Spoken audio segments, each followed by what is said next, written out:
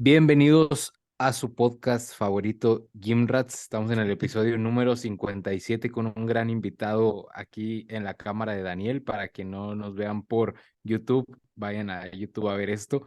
Pero bueno, antes de iniciar el episodio, recordarles que nos pueden encontrar en todas nuestras plataformas, así como adquirir nuestros servicios, tanto en el Instagram de Daniel, de Ángel y en los respectivos canales de YouTube, Builders, Ángel Nieto y Daniel Álvarez. Asimismo, como recordarles que gracias a nuestros patrocinadores Essentials, les aseguro que ese dinero que recibo de Essentials lo gasto en cosas productivas, como por ejemplo, podría ser algún salmón de Costco o algo que me ayude ahorita en el déficit, así que es buena ayuda. Y pues nada, para que le den apoyo ahí al podcast, a Essentials y que aprovechen. Y pues nada, vamos a comenzar con este episodio después de esta intro. Yo la verdad le puse nitro a mi auto, a mi Mercedes, con Ah, nuestro cabrón. jugoso patrocinio. Ya lo tuneaste, Dan. Ya está tuneado. Bueno, no es Excelente. un Mercedes, es un Suru. Ya está tuneado. Pero sí le da Con, un bot- tiro a un Mercedes, güey. Ah, sí, con fácil. botella se arma fácil. Pues nada, carnales, bienvenidos al episodio número 57 de Gym Rats. Un gusto, un honor encontrarnos en el episodio. Justamente faltan 3 episodios para llegar al 60. A la madre, qué chingón haber ya tenido la oportunidad de casi platicar con ustedes 60 horas, un poquito más. Hay episodios que duran más de una hora. Entonces, qué cabrón. Pero pues, carnales, el día de hoy vamos a hablar de tipos de estudios científicos. Vaya, creo que es un tema tal cual que si lo vemos desde otra perspectiva, pues tal vez como que es eso que tiene de Jim Bratton, que me viene Aburrido. aburridísimo, güey, qué chiste tiene y el porqué de muchas cosas. Pero bueno, antes de pasarle el micrófono al buen Dani, me gustaría dar una pequeña introducción respecto a este tema, porque creo que una forma en la cual podemos acercarnos, aproximarnos más, es por el simple hecho de querer saber información, que eso es lo que al final buscamos nosotros desde un punto de vista profesional para poder darle al cliente. Para eso tiene que existir un precedente de información o el por qué estás dando cierto tipo de indicaciones, pautas, y los queremos ver así. Y al final de cuentas, este tema que vamos a tocar, créanme que creo que va a ser muy útil hasta para nosotros mismos, para conocer un poco igual como que de forma más detallada cierto tipo de situaciones e incluso el simple hecho de reflexionarlas, ¿no? Que repito nuevamente, el hecho de acceder a la información al final es como una habilidad, es como poder llegar a tratar de comprender, y esa habilidad que al momento vas a ir afinando poco a poco, y que yo digo que tanto los tres pues estamos en esta rama de educación continua, que creo que al final de cuentas la curiosidad, las ganas, la pasión por ser mejores gym rats es algo que nos persigue, y creo que eso hace que esta habilidad continuamente la estemos tratando de mejorar, ¿no? Pero que al final igual fue un inicio, fue el empezar a únicamente poner links de PubMed y decir yo tengo la razón y tú no. Entonces, pues nada, Dani, puedes introducir un poco el tema que vamos a platicar el día de hoy. Carnal, te ¿Y cedo el por micrófono. qué, y por qué les interesaría realmente a la gente saber de dónde viene lo que a veces escuchamos en redes? Porque Claro. puede venir desde nuestra pura experiencia, puede venir de una combinación de ambas cosas, puede venir de lo que nosotros entendemos, y de eso hay una línea, pero bien ancha, en lo que podría ser una buena interpretación o mala, dependiendo del sesgo que tengamos cada uno, cómo se interprete lo que estamos leyendo, que incluso los tres podemos leer un libro y podemos sacar diferentes conclusiones sobre el mismo libro. Ahora imagínense estudios que tienen más datos, que tienen más números. ¿Qué podemos sacar de ahí, o cómo le podemos decir a un Gymrat de, oye, sí preocúpate por saber de dónde parte lo que estás diciendo, pero tampoco te preocupes en exceso por entenderlo a la perfección, y que si no lo entiendes no vas a sobresalir, por así decirlo, y darle a cada uno su lugar? Como no todos valemos para leer estudios tal cual, y habrá quienes se les facilite más divulgar, habrá quienes se les facilite más captar esa divulgación, y habrá quien trate de hacer alguna posible mezcla, pero con el mejor entendimiento pues que se pueda. Aburrido. ¿Cómo que metodología, hombre? Pues, ¿qué es esto? ¿La licenciatura, acaso?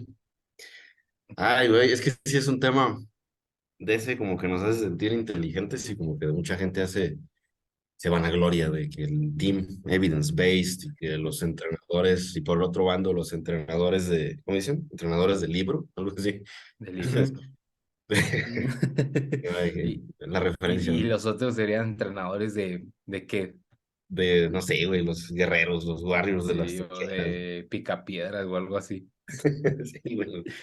Es curioso todo ese rollo. ¿Por qué la ciencia? ¿Por qué insistimos tanto? Hay es un artículo de opinión publicado el 10 de junio del año pasado, entonces es bastante reciente. Un artículo de opinión, antes de adentrarnos en todos los demás tipos de estudios y sus fortalezas, limitaciones, etcétera, pues es meramente como que una opinión experta de personas que están en el medio.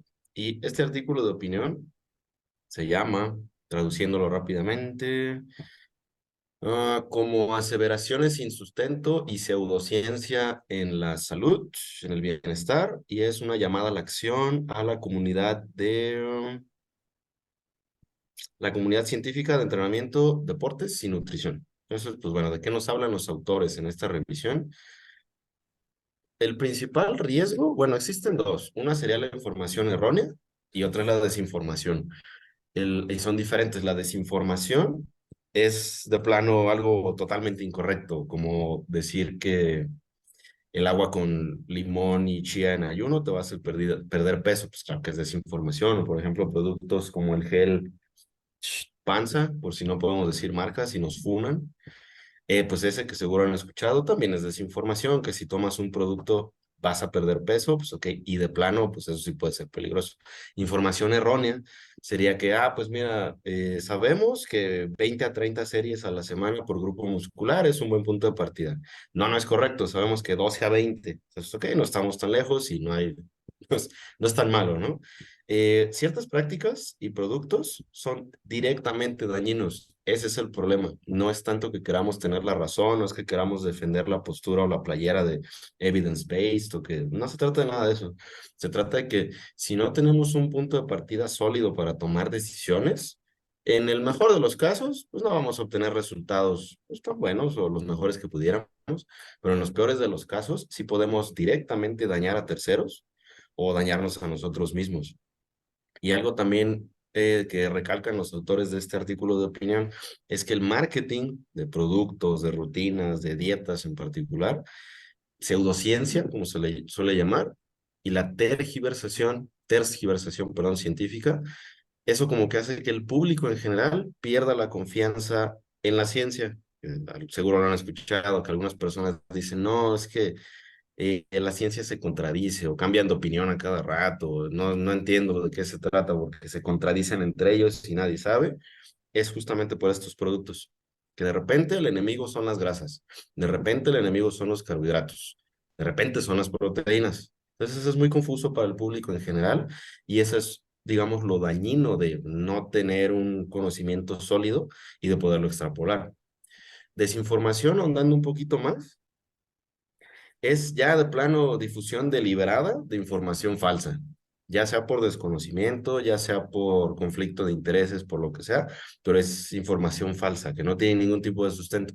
Y esa se puede utilizar para vender un producto, una rutina, para justificar lo que sea, pero no tiene ningún sustento sólido y lo peor de todo es que sí puede dañar a terceros. Desinformación, perdón, información errónea, como les comentaba, pues es algún detallito que, ok, se puede corregir, no pasa a mayores, mejor de los casos, pero sí es un problema por todo lo que mencionaba. Entonces, ¿en dónde entramos, por ejemplo, nosotros con un medio pues, de acceso público como es un podcast? En que la destrucción de mitos, que suena como un acto heroico, pero pues no lo es meramente, sí es un servicio importante para los consumidores de información, que no solo consumimos productos, también consumimos información. Y por ejemplo, en redes, que es un tema que recurrentemente hablamos aquí en el podcast, nosotros pues terminamos siendo el producto a vender, la información que otorgamos a una red para que nos bombardeen con marketing, pues todo eso. Entonces también necesitamos desde esta perspectiva de los gym rats que nos siguen y que a lo mejor están estudiando, a lo mejor también divulgan información, es una labor importante y algo que nos recomiendan y también ya extrapolando un poquito de la revisión que hizo más, Moodle Applications, in Strength Sport de este mismo artículo, que seguro lo han visto en redes y es un tema que hemos platicado con Alan Hermarfit. Una cosa muy diferente es atacar a la persona. Estás bien idiota, estás diciendo que tal volumen, que tal, no sé, estrategia nutricional, es un idiota. Eso es problemático porque no vamos a llegar a ningún lado, solo vamos a salir mal y ya saben, se hacen los chismes y todo este juego morboso en redes sociales y nadie se beneficia. Entonces necesitamos también tener conocimiento para saber cómo podemos de alguna manera atacar ese gran problema. Y lo que nos sugieren es no confrontarlas, y suena pues muy utópico, pero pues bueno, lo que nos sugieren, siendo respetuosos, claros y concisos. De, oye, mira, esta información es errónea o de plano es desinformación por tal, tal, tal. Y sobre eso partir, en lugar de hacer un hombre de paja, de, estás bien idiota, ¿por qué estás publicando eso? O sígueme a mí, yo sí sé, o aquellos entrenadores del libro, ya sabes, como que siempre hablar de los terceros de una forma despectiva. Eso es parte del problema, de ahí comenzamos, y para el público en general, para nosotros mismos, sí es importante saber por qué tipos de estudios hay, cuál es la jerarquía, por qué algunos pueden tener más valor que otro, qué problemáticas pudiéramos presentar cuando citamos ciertos tipos de estudio, etcétera. Y no es para vanagloriarnos, insisto mucho en ello, pero es que esa no es la finalidad, como que hacernos los aviondos, sino meramente tener una discusión más productiva, últimamente, y mejorar nuestras prácticas. Y en el caso de los gym rats, pues ponernos más mamados, sin morir en el intento, deshidratándonos o haciendo pliométricos y haciendo isométricos, porque pues no hace falta. Entonces, ¿para qué invertir tiempo y esfuerzo en eso? Y eso lo sabemos gracias a la evidencia científica. Y al final puede sonar como cierto debate de, a ver, ¿por qué quiero fijarme en los estudios y no tienen validez? Porque no se está estudiando mi población, la que yo quiero. Pero si nos vamos así más o menos a comparar, si ponemos en la base de la pirámide qué estudios volteamos a ver, casi siempre son las revisiones sistemáticas, los metaanálisis, que justamente son datos que se han evaluado y que se han como que revisado una y otra vez, que se han aprobado su validez una y otra vez en múltiples poblaciones, en múltiples estudios, se reúne toda la información la mejor posible analizada y así se tiene un consenso más grande de datos. Ahora, el coach de trincheras, no entiendo por qué está peleado con eso, si es lo que tratamos, también me incluyo en mi caso de hacer, vas reuniendo clientes, vas reuniendo información, vas tratando de acumular datos, acumularlos y tratar de llegar a tu revisión sistemática, si quieren poner un ejemplo de Health Builders, de mi marca, de la marca.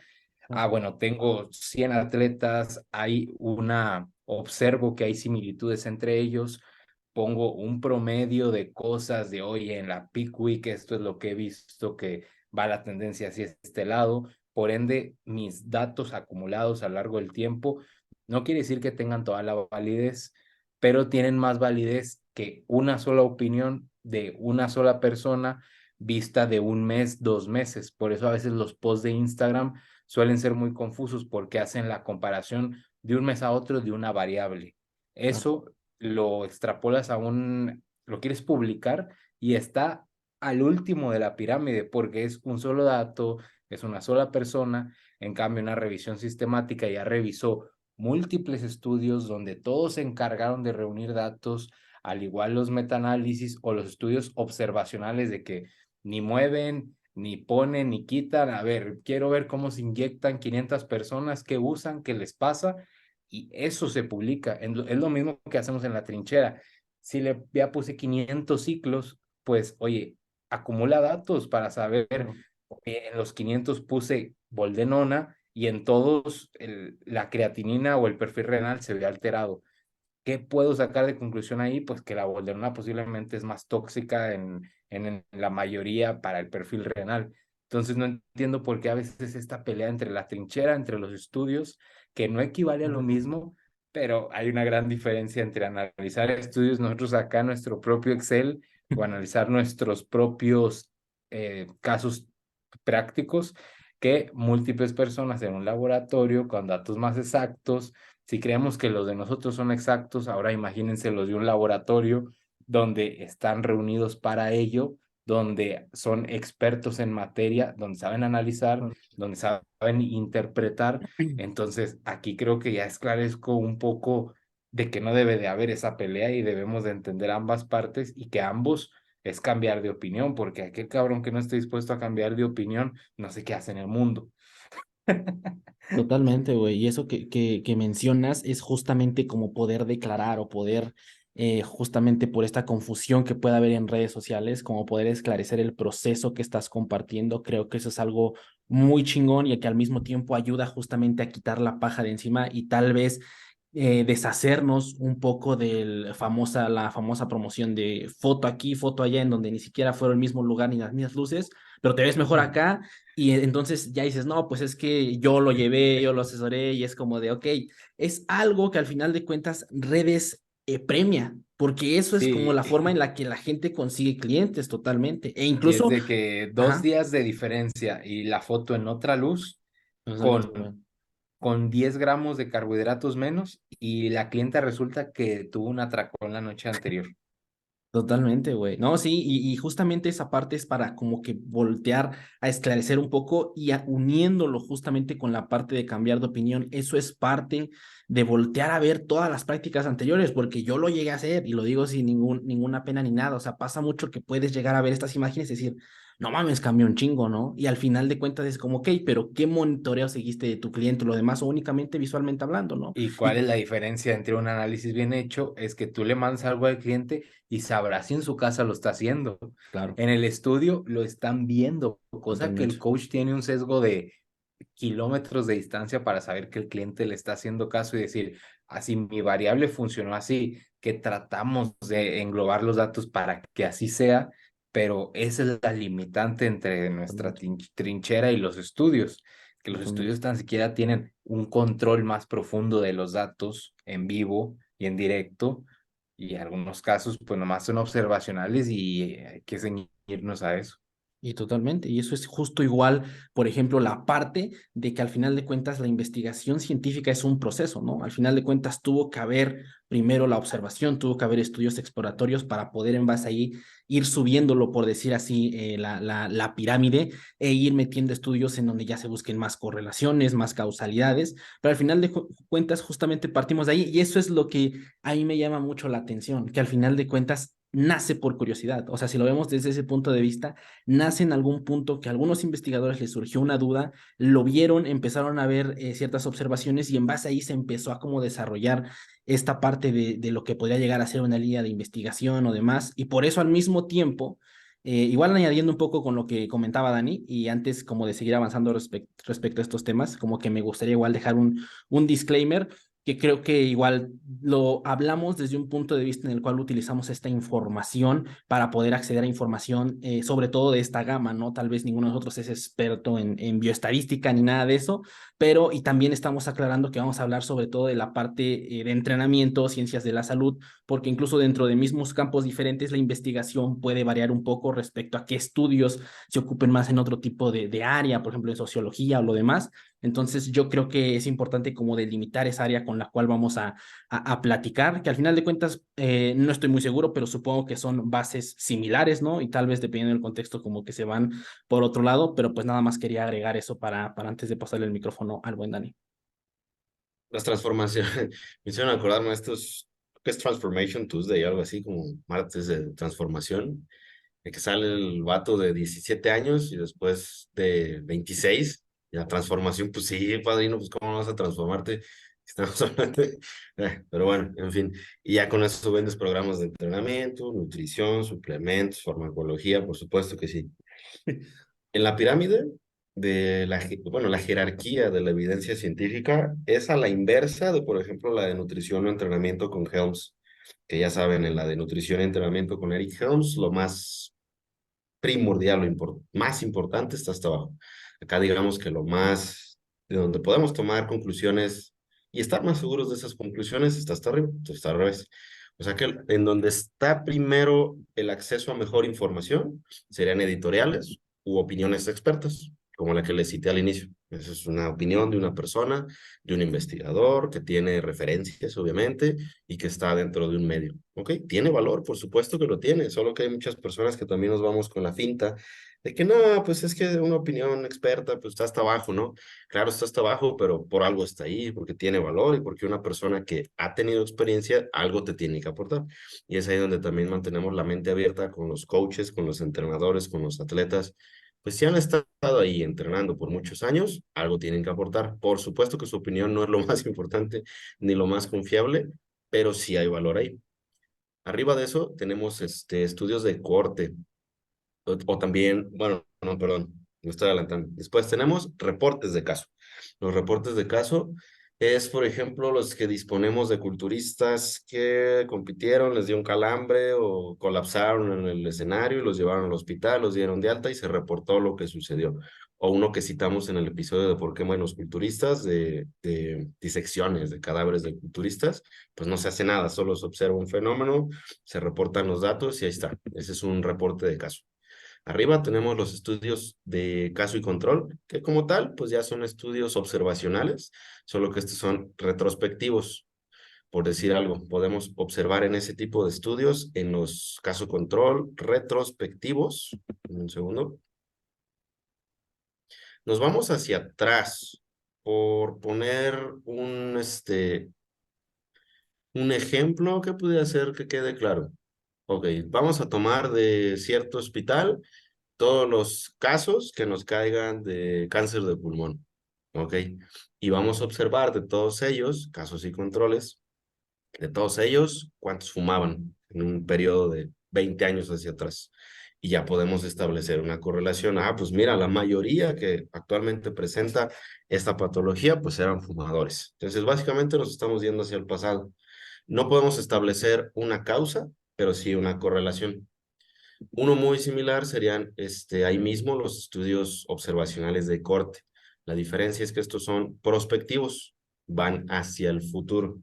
Es decir, podemos tener un ejemplo de ello, sería, vamos a observar a esta población ahorita, a lo largo de muchos años, y vamos a ver que ciertas personas, vamos a establecer una variable, desarrollaron tal patología y estas no. Y podemos correlacionar, no sé, con el consumo de huevo, con el sedentarismo, qué sé yo. Y este tipo de estudios, los observacionales, en donde no se realiza ninguna intervención, pero sí se observa una característica específica, que fuman, que miden tantos, que son hombres, que son mujeres, bla, bla, bla. Esa característica, como hacia el futuro o hacia el pasado, puede dar cierto resultado y se establecen correlaciones.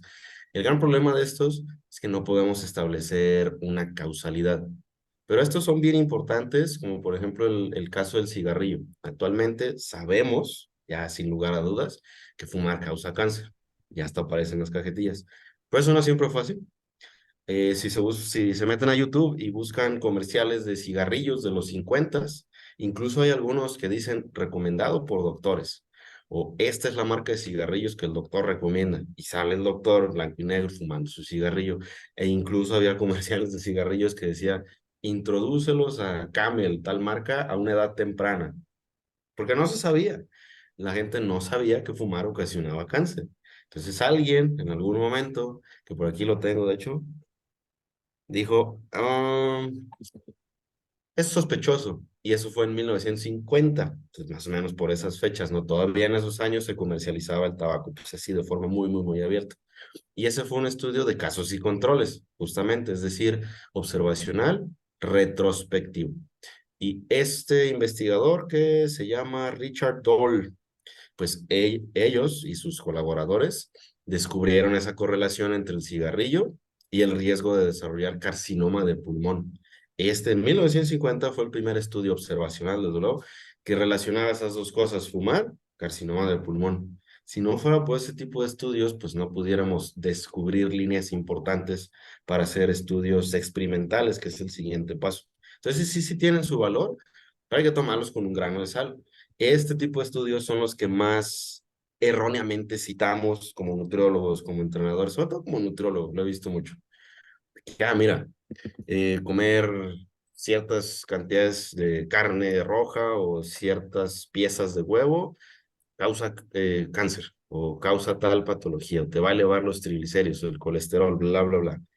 Okay, y sí, sí puedes encontrar estudios observacionales que establecen una correlación entre un fenómeno y otro. Por supuesto, pues eso no quiere decir que te esté estableciendo una causa. Necesitamos ser cuidadosos.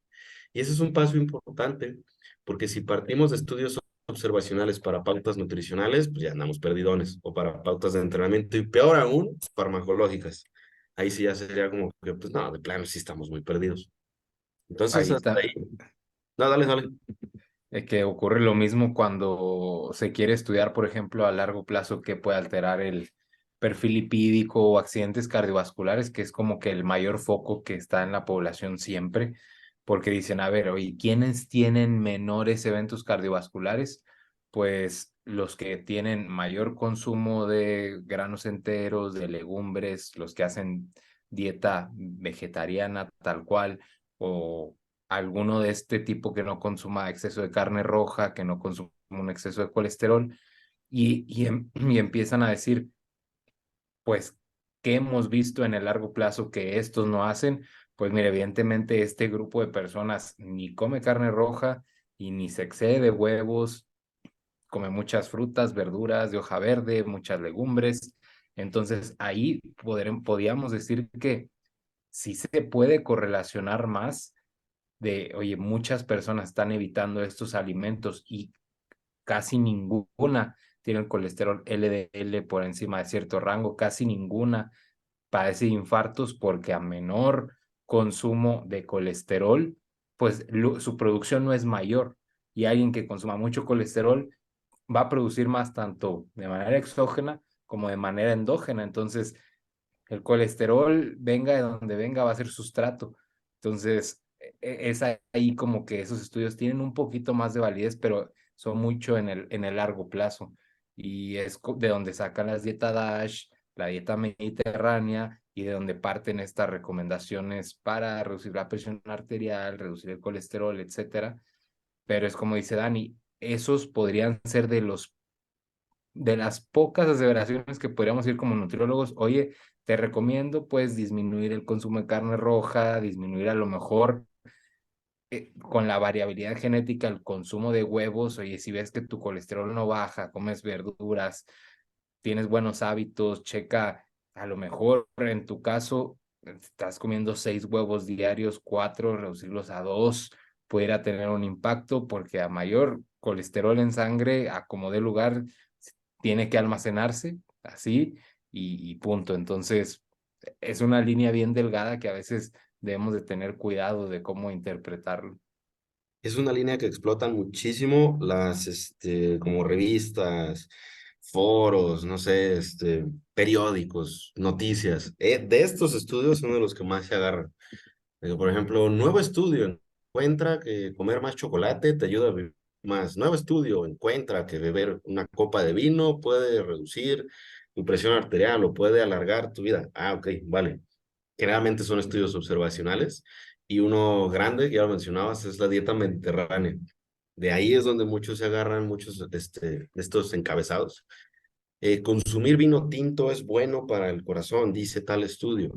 Ah, ok, pues mira, ese estudio lo que dice realmente es que la dieta mediterránea, que incluye muchos vegetales, incluye pescados, incluye alimentos ricos en proteínas, ricos en omega 3, y estas personas pues también consumen vino tinto de vez en cuando. Eso es lo que dice el estudio, que ese tipo de dietas pues, se correlacionan con una mejor salud cardiovascular, bla, bla, bla, que son varios factores. Pero lo que dice el encabezado y se centra solamente es en el vino tinto.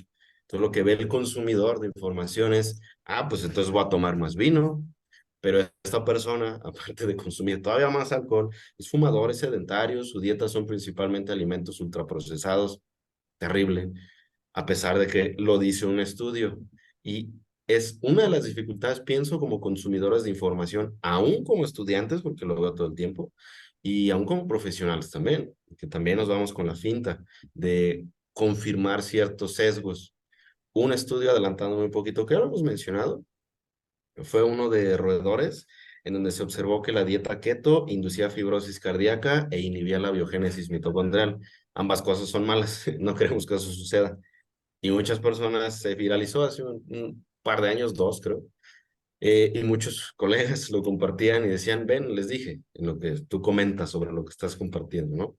Pero ¿qué nos dijeron? ¿Que la dieta keto es malo? Pues mira, si analizas ese estudio de entradas en roedores, y hablaremos un poquito más de eso, y después de eso, ni siquiera se les dio una dieta keto, se les inyectaban cuerpos cetónicos. Y aparte, en ese mismo estudio era un poquito complicado de leer bastante, porque aparte tenías que descargar el material suplementario en donde te especificaba cuánto se inyectaba de cada cuerpo cetónico y donde te aclaraba todo eso. Entonces, si nada más te vas con la finta, el propio título, y tienes el sesgo de que la dieta keto es lo peor del mundo, tienes algún Es, problema con alguien que la sigue, pues vas a decir, ah, ahí está, ya está mi evidencia, te es dije. como con los pasos, güey. O sea, ¿por qué está la cifra de a partir de los 7.500 pasos que se ven mejoras en marcadores metabólicos y demás? Pues han observado tal cual a la población, pero también hay otros que, oye, estas personas les dijeron que aumentaran 2.000 pasos en cierto periodo de tiempo. O en ese estudio ya empieza a cobrar más relevancia al observacional que evaluó que las personas que se movían más, pues vivían más.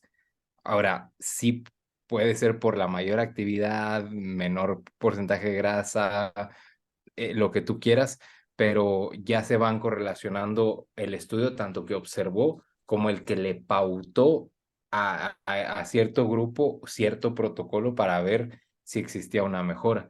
Esos son los estudios más chidos, a mi parecer, los que evalúan un suplemento, los dan por X semanas, ven la variable por individual y lo complementan con lo demás que se ha observado a lo largo del tiempo, y es ahí donde parte una mejor recomendación. Claro, y ese es el siguiente paso, los experimentales. Pero bueno, igual no sé si quieres agregar algo, Ángel. Sí, antes de pasar a eso, güey, y justamente se los voy a compartir igual aquí a la audiencia de Jim Bratz, justamente por Jim Bratz, y me acordé ahorita porque comentaste el estudio. Hace no mucho, como 2, 3 semanas, tuve la oportunidad de ir justamente a un laboratorio, ¿no? Y el que tiene el laboratorio, su línea de investigación, que igual es aquí de la universidad, experimenta con ratas, ¿no? Entonces yo nunca había ido, güey, yo no sabía qué era y a ellos le dicen un biotario. Ah, chingada, ¿qué es eso? Dice, porque estoy viendo en dónde podría hacer mi servicio social, ¿no? Ah, no, pues pásale, güey. Ah, va, pues yo no sabía dónde iba, ¿no? Y en eso abren, te dan una bata y entras, güey, y está muy cabrón. Para empezar, porque pues los ratones, las ratas no son mis animales preferidos, que digamos, ¿no? Y entras y pues literalmente era un salón así lleno todo de contenedores de ratas. Y era muy cabrón porque te das cuenta de la minuciosidad que se tiene, que por ejemplo, obviamente no eran de él o bueno, del investigador que estaba, no eran todas las ratas, solo eran como 5 o 6 contenedores. ¿Pero eran gym Y rats o no? eran gym rats, güey, totalmente, güey. Sí, güey, sí, no mames. Sí, sí, sí, no, sabía unas ¿Qué traían ratas. sus, si Sí, eran sí, sí. rajas femeninas, traían shorts muy apretados y un oversize, y si eran hembras masculinos, traían su camisetita esta así súper delgada, los tirantes. Y nada más aquí para que se viera el pecho acá, ¿correcto? Sí, no, ¿Cómo padrino, no? le sabes, le sabes. Sí, carnal. Y justamente es la minuciosidad que se tiene, porque obviamente para esto, por ejemplo, les comparto, me comentaban que específicamente tiene que ser una cepa exacta de ratas con las cuales van a experimentar y saber que, por ejemplo, yo no sabía que había cepas que tienden a ser obesas, ratas, ¿no? O que tienden a desarrollar cierto tipo de enfermedades. Entonces, él me comentaba que pues él trataba de tener una cepa, la cual no tenía desarrollo de nada, y en base a eso igual era diario, pues pesar a las ratas, ¿no? O sea, sacarlas del contenedor, pesarlas, pesarle su alimento, pesarle su agua también, que al final lo que él hacía era justamente experimentar con hacer pequeños cambios en su alimentación, sobre todo en la mamá, ¿no? Y ya los ratoncitos igual irlos alimentando diferente, lo único que hacían era que había una mamá que le ponían alimento normal, agua, y a la otra lo que le hacían era agregarle tal cual gramos de azúcar al agua, ¿no? Y ver qué pasaba en después, a posterior, qué pasaba con las crías, qué pasaba con ella, obviamente pues ya después haciendo cortes y analizando específicamente los órganos, ¿no? Pero creo que es algo bien interesante porque te das cuenta de la minuciosidad pues que se llega a tener en este tipo de investigaciones, ¿no? Y que no es tan, ahorita que lo estamos comentando y así, no es tan sencillo como única y sencillamente decir, bueno, pues a ver, vénganse para acá y a ver cómo lo hacemos. Al final de cuentas es tratar de poner un control total sobre lo que se va a hacer para tratar, por decirlo así, a llegar a la información más pura. Y al mismo tiempo yo creo que ese es el reflejo del artículo científico, porque un artículo científico, dependiendo de la índole, ¿qué es lo que va a hacer o por qué es tan tardado o ves tantas letras? Porque literalmente quieren explicarte todo, ¿no? O sea, tal cual quieren decir o poner absolutamente todo lo que hicieron, a qué conclusiones llegaron, qué esperaban a lo mejor en un artículo los artículos que tienen hipótesis. Entonces, pues nada más quería ahí compartir esa pequeña experiencia porque se me hizo muy curiosa y creo que pues complementa un poquillo ahí lo que mencionábamos ahorita que vamos a pasar a los experimentales. Hay algo que me vuela la cabeza de los estudios de enredores, y es que, por ejemplo, en el caso del microbioma, que es un tema de moda actualmente, la utilidad de los roedores es que algunos pueden nacer por cesárea y son completamente estériles, es decir, son libres de gérmenes al 100%. Entonces el investigador puede decidir, solo lo voy a colonizar con este, nada más. Okay. Y esto es una locura, porque lo que se ha observado, y obviamente es evidencia que nos muestra una posible línea de investigación, no nos da cosas concluyentes. Que, por ejemplo, si tú tienes un ratón que es libre de gérmenes, tú extraes microbioma de una persona con depresión, diagnosticada con depresión clínica, y se lo pones al roedor, el roedor empieza a mostrar signos y síntomas de depresión. No estoy diciendo que sea así como que concluyente o que eso es lo que explica todo este rollo y que tengas que tomar kefir para que se te quite la depresión. No, no es eso. Pero pues sí es, vaya que una locura. Porque adicional, hay otros en donde se toma microbiota de un ser humano con, ¿cómo se le llama? Para no citarlo mal, trastorno del espectro autista de un ser humano. Y ese microbioma pues, se le planta al roedor que es libre de gérmenes y sí, desde luego empieza a mostrar el roedor comportamientos antisociales que son típicos de este trastorno. Entonces, de ahí es donde, de este tipo de estudios es donde parte mucho esto de que hay una posible relación entre la depresión y el microbioma, entre trastornos psiquiátricos, etcétera.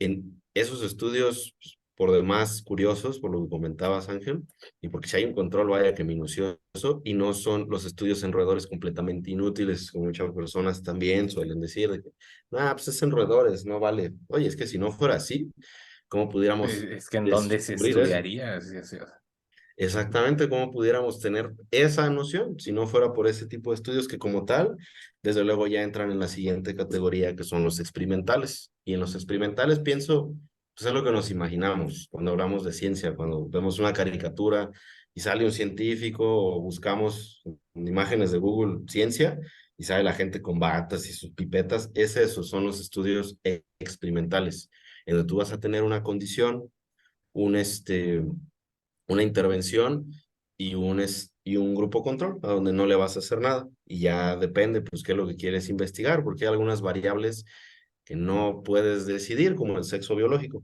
porque los de más alta calidad son los RCTs, los ensayos controlados aleatorios. Entonces, de manera completamente aleatoria, tú vas a distribuir un grupo de personas en dos condiciones o tres, las que se quieran estudiar. Y después, pues, vas a ir viendo qué sucede con cada una de ellas, separando las variables y analizando los datos. Digamos que eso es lo mejor que tenemos en cuanto a lo clínico se refiere. Y eso puede ser cegado, que es decir, los participantes no saben a qué grupo se van a ir. Y también puede ser doble ciego. Ni el investigador ni los participantes saben. Pero no siempre se puede hacer. Como por ejemplo, si fuéramos a estudiar la beta-alanina y conoces la beta-alanina, sabes que te va a dar picazón, te va a dar parestesia. Entonces, si no te da, ya automáticamente sabes, pues estoy en el grupo placebo, ¿no? Y eso puede ser de valor o puede alterar los resultados que se obtienen. Entonces hay algunas condiciones pues, más difíciles de estudiar, en donde se tienen que hacer cosas pues, un tanto extrañas, como por ejemplo si vas a estudiar un grupo que les dan comida con carbohidratos y otro sin carbohidratos, ¿cómo le vas a hacer para darles una pasta que no contiene carbohidratos, mientras que al otro grupo sí? Se empieza a complicar dependiendo del contexto. Y no siempre puede ser aleatorio. Por ejemplo, si hay una característica innata, como el sexo biológico, pues no puedes dividir, no puedes asignar aleatoriamente a grupos de hombres y mujeres. Ah, tú te vas al grupo de hombres y eres chica biológica, pues no, no se puede. Eso se les llaman diseños cuasi experimentales. Por estos ya están más arriba, porque aquí sí podemos establecer causas, no correlaciones, sino causas. Y desde luego aquí también puede impactar el tamaño de la muestra. No es lo mismo observar un grupo de 5 personas a un grupo de 10.000 personas. El tamaño del efecto puede verse modificado. También, por ejemplo, en el caso de investigación en el entrenamiento, hay muchas variables como el sexo biológico, el estatus de entrenamiento es uno grande, la dieta, el sueño, el estrés, un montón de variables, pero ya estos son de más calidad porque sí pueden establecer una causa.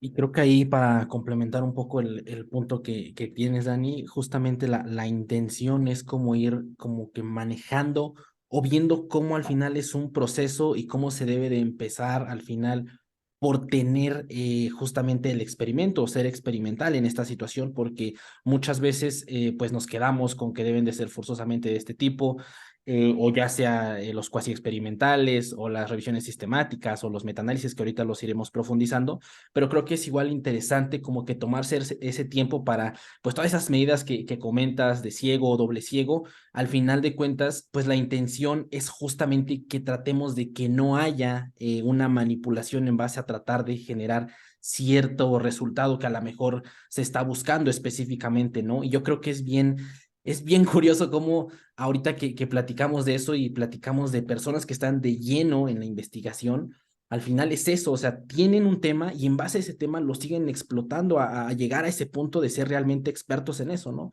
Y yo creo que eso es algo que al final podemos tomar muy en cuenta cuando al final queremos ser un todo, ¿no? Ahorita digo, extrapolándolo un poco a la parte de los servicios, cuando pues ofrecemos nuestras asesorías y lo demás, creo que es bien interesante como que igual limitar esa parte, que igual lo mencionaba al inicio, que decir, ok, yo me concentro tal vez más en este tipo de población. No significa que a lo mejor no pueda atender otro tipo de población, pero soy más efectivo en esta porque llevo más tiempo invirtiéndolo, ¿no? Y esto lo quería comentar igual como para poner un poco de que muchas veces vemos en redes personas que al final de cuentas es como, sí, yo asesoro de absolutamente todo, deportivo, clínico, de lo que sea, cuando al final de cuentas el simple hecho de voltear a ver a personas que están en ese ámbito para poder única y sencillamente concentrarse en un tema para intentar explotarlo, creo que es algo que podíamos nosotros, como personas que damos nuestros servicios profesionales, pues al final justamente implementar, tal vez no cerrarse únicamente a un solo tema, pero sí tener en cuenta hacia dónde vamos y hacia dónde vamos dirigidos y qué tipo de información queremos para poder bajarla a nuestra población que estamos atendiendo. Sí, por eso es lo que me gusta, uy, y incluso me da risa, ¿no? Que no hay estudios con culturistas que se inyectan y es como que oye, la mayoría de estudios que hay en el ámbito de clínico con los esteroides, de hecho son como experimentales, doble ciego, algunos le dan el placebo, otros el grupo control, otros le dan cierta dosis y es donde mejor puedes sacar conclusiones de qué causa una sola variable y qué marcadores se ven alterados porque están más controlados que, imagínense, si vieran qué les pasa a los culturistas por 10 años con el uso de testosterona, pero ya hay estudios que evalúan el uso de testosterona tras 10, 15, 20 semanas al grupo que se le dio placebo, etcétera, y ya sacan mejores conclusiones. Hay muchos estudios con el uso de esteroides que se le pueden sacar muchísimo provecho, evidentemente evaluando bien a la población, las dosis, el tiempo, pero de que hay. Y por eso a veces es como que no, de este lado del culturismo, pues la pura práctica de que no, o sea, ya hay mucha evidencia de dónde sacar, oye, cuánta dosis te puede alterar qué, o en personas, oye, esta única dosis de este único fármaco por estas únicas semanas pasó esto. Ahora imagínate tú con 5 sustancias más. Más el balance energético, la experiencia entrenando y cantidad de variables más, que es lo que pasa mucho en el público en general. Para aquellos de ustedes, Gymrats, que sean estudiantes, seguro tienen algún tío, sus papás, primos, amigos, señoras, señores que conozcan, es que a mí me funcionó. No, yo empecé a tomar eso y no, mejoré de lo que sea. Entonces, ¿cómo sabes? O sea, ¿cómo sabes que esa variable específica, cómo estás midiendo antes, durante y después? ¿Cómo estás aislando todas las demás variables? Ni idea, ¿verdad? O las personas que dicen, no, es que yo ya investigué, ya me metí. Probablemente solo viste un video, probablemente te achutaste un podcast, probablemente consumiste algún artículo. Eso no es investigar. Investigar realmente es un pedo grande, ¿no? Cualquier persona está capacitada para hacerla, vaya, ni siquiera para leer un artículo científico. Que eso podemos pensar, pues qué elitistas, ¿no? No, pero pues es que es una labor académica, es un quehacer académico y requiere preparación para ello. Y ahí tenemos un episodio, de hecho, si se acuerdan, el efecto Dunning-Kruger, en donde las personas que tienen están menos capacitadas para X cosas son las que están más seguras de lo que dicen. Y las personas que son más capacitadas tienen más dudas. Curioso, eso es el Sí, efecto Dunning-Kruger, si se acuerdan. Y me ha tocado, he tenido la experiencia de pues, poderlo ver, no en persona, pero sí digitalmente con investigadores que tienen cantidad de trabajos de investigación publicados y tú les preguntas algo y te dicen, no sé, fíjate que la verdad es que no estamos muy sí, seguros. Cabrón, sí, se lo estás preguntando al más top y no estás seguro. yo hace poco estaba escuchando uno sobre el abordaje en el perfil lipídico, accidentes cardiovasculares, todo eso, con una investigadora muy, muy top que ha hecho investigación brutal en ese tema. Y le preguntaban sobre los suplementos para las mejoras del colesterol y tal cual ni ella misma podría afirmar o decía, si este suplemento ha demostrado, úsenlo. Siempre decía, pues es que hasta ahorita, hasta la fecha, hace falta más investigación. Lo que se ve es que las estatinas son las más estudiadas hasta ahorita y tienen el mayor impacto en el colesterol LDL y el omega 3, aunque parece que se ha estudiado mucho, pues así, o sea, sacaba ese tipo de conclusiones. Y yo decía, verga, güey, a veces uno diciendo, sí, tal suplemento por dos Sí, semanas redujo tal, que puede ser, ahí el único sesgo que puede tener esa persona es que a lo mejor tienen otras reglas a las cuales ceñirse y quizás no pueden acomodar mucho los hábitos de las personas de manera muy individual e introducir un suplemento por X semanas, pero es ahí es que justo uno de los que estaba en el podcast decía, pero ¿cómo ese suplemento no mejora si a mí con los clientes, pu- a la par que hago modificaciones en el estilo de vida, nunca me he visto en la necesidad de pautar estatinas?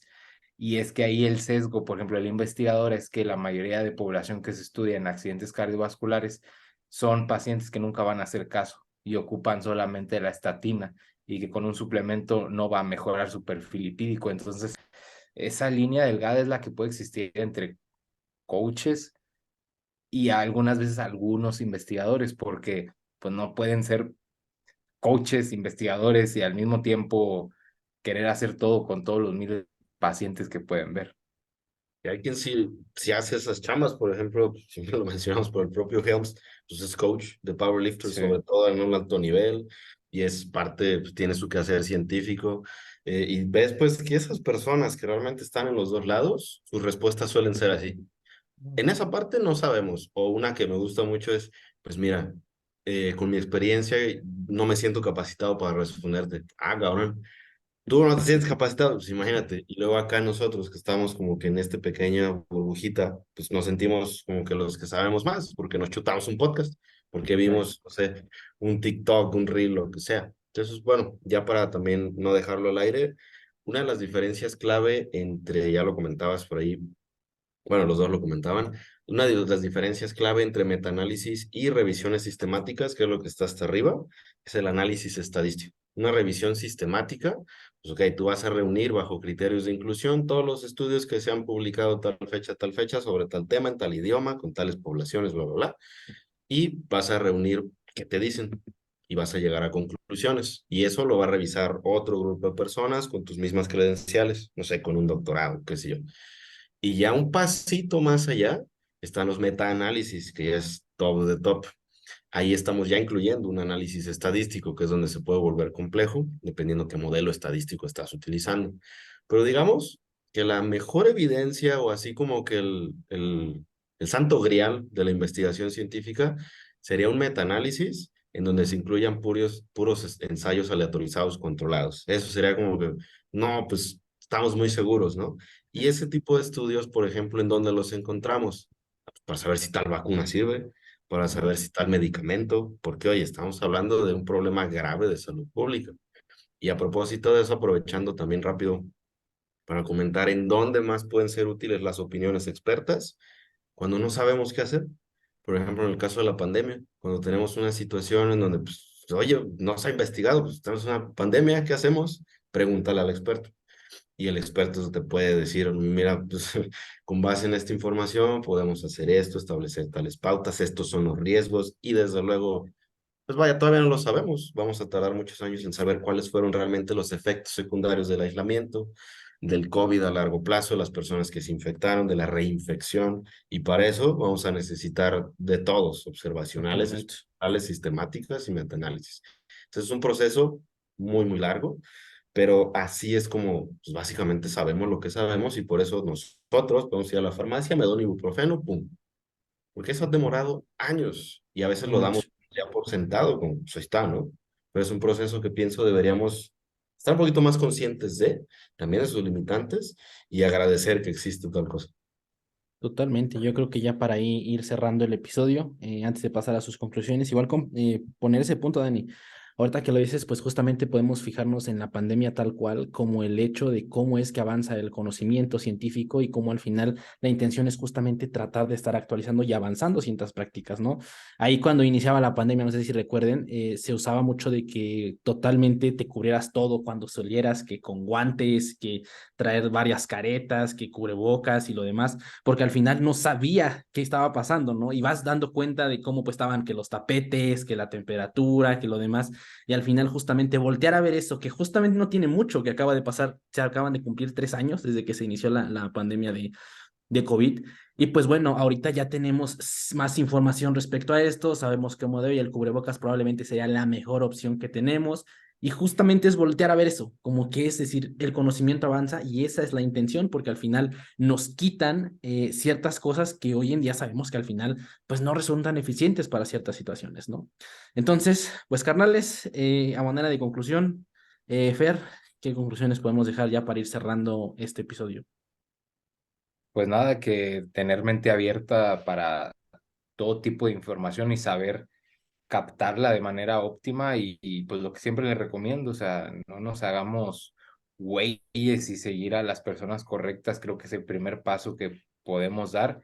¿Quién es la persona correcta? Pues oye, casi siempre son fáciles de identificar, o sea, te generan cierta confianza por el análisis que tienen, por la recomendación de otra gente más experta y no hay que cegarnos ante eso, o sea, es más claro que el agua que X persona hace un buen trabajo, bueno, pues me conviene estar como que empapado o alrededor de, para que tan siquiera ahí mi criterio comience a florecer de una mejor manera y eso sería el único y pro tip que voy a dar y que también me ha servido a mí en mi práctica diaria. O sea, eso sería lo primero. No te estoy diciendo que te vayas a leer ni un estudio, porque de aquí a que uno lo entiende, está bien cabrón. Si hay alguien que tiene todas las respuestas o un único método de solución, no va por ahí. Como que, sigue este programa y pum, listo. Un ejercicio que te falta para que desarrolles tus bíceps, no va por ahí. Y a manera así como también de conclusión, número uno, los estudios observacionales que son de los que más encabezados podemos ver en redes, no establecen causas, establecen correlaciones. Son valiosos, pero hay que tomarlos con cautela, con un granito de sal. Los experimentales y cuasi experimentales, eso sí pueden establecer una causa, pero esos pueden encontrar cosas ligeramente diferentes porque depende del tipo de muestra, depende el tamaño de la muestra, el análisis de los datos y un montón de cosas más, pero ya nos pueden hablar de causas, de por qué esto ocasiona esto. Y ya cuando juntas todos esos, puedes llegar a una revisión sistemática. Y cuando juntas todavía eso y corres un análisis estadístico, llegas a los metaanálisis que están hasta arriba. Y no por eso son incuestionables. Si solo tienes 3 estudios que se han realizado a la fecha y de esos haces un metaanálisis, pues se entiende que pues, no va a ser de muy buena calidad, tampoco porque sea un Totalmente. metaanálisis. Y también de las opiniones expertas, claro que valen. En el caso de lo que comentábamos de la pandemia, sí deberíamos estar abiertos a escuchar opiniones expertas, pero no tomarlas de que pues, es que si el doctor lo dijo, es que si el nutriólogo, que si el entrenador, porque no va por ahí, aunque sea un experto. Y ahí es donde necesitamos el pensamiento crítico, como que desarrollarlo, lo que comentaba Fer, de, oye, pues ok, está esta información, esta otra, pero ¿qué puedo yo tomar de ahí con base en el entendimiento global sobre un fenómeno? Y eso se desarrolla, desde luego. Y eso pienso es muy valioso para cualquier gym rat que se llame gym rat realmente.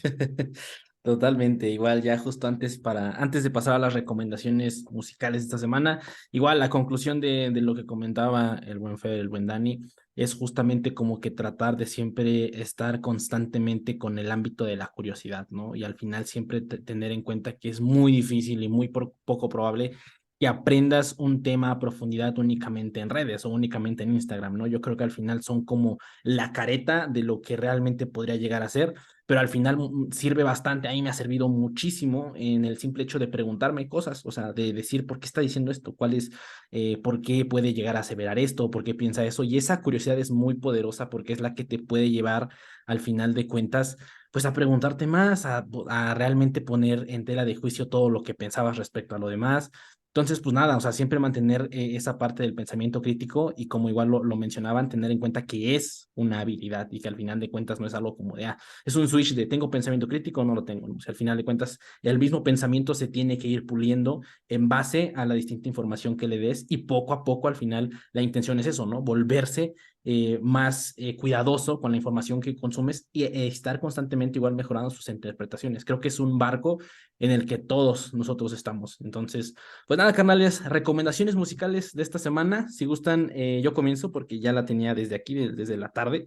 Está muy buena. Se llama El hijo mayor del buen Junior H. Está muy chingón la Chulada. rola. Entonces, Dani, Fer, ¿qué recomendaciones dejan para este episodio 57? Yo les dejo una canción, no es corrido como tal, pero, o sea, sí. Se llama No se lo digas a ella, de Grupo Codiciado y Cuisillo. Está algo acá media romanticona, pero está chida la rola. Ok, excelente. Dani, Stakes is High, de un grupo de hip hop ochentero, noventero, clásico, que apenas está su catálogo disponible en Spotify y demás por cuestiones legales, de la Soul. ok. Excelente, pues nada, ahí están las recomendaciones musicales de este episodio 57. Muchísimas gracias a todas las personas que nos escucharon en Spotify y que nos vieron en YouTube. Ya saben, si están en Spotify, pues dense una vueltecita por YouTube. Si están por YouTube, igual una vueltecita por Spotify nos vendría bastante bien. Links de Essential, nuestro patrocinador oficial, en la descripción, así como a los Instagrams de Fer, Dani y míos. Nos estamos viendo hasta la próxima. Muchas gracias a todos.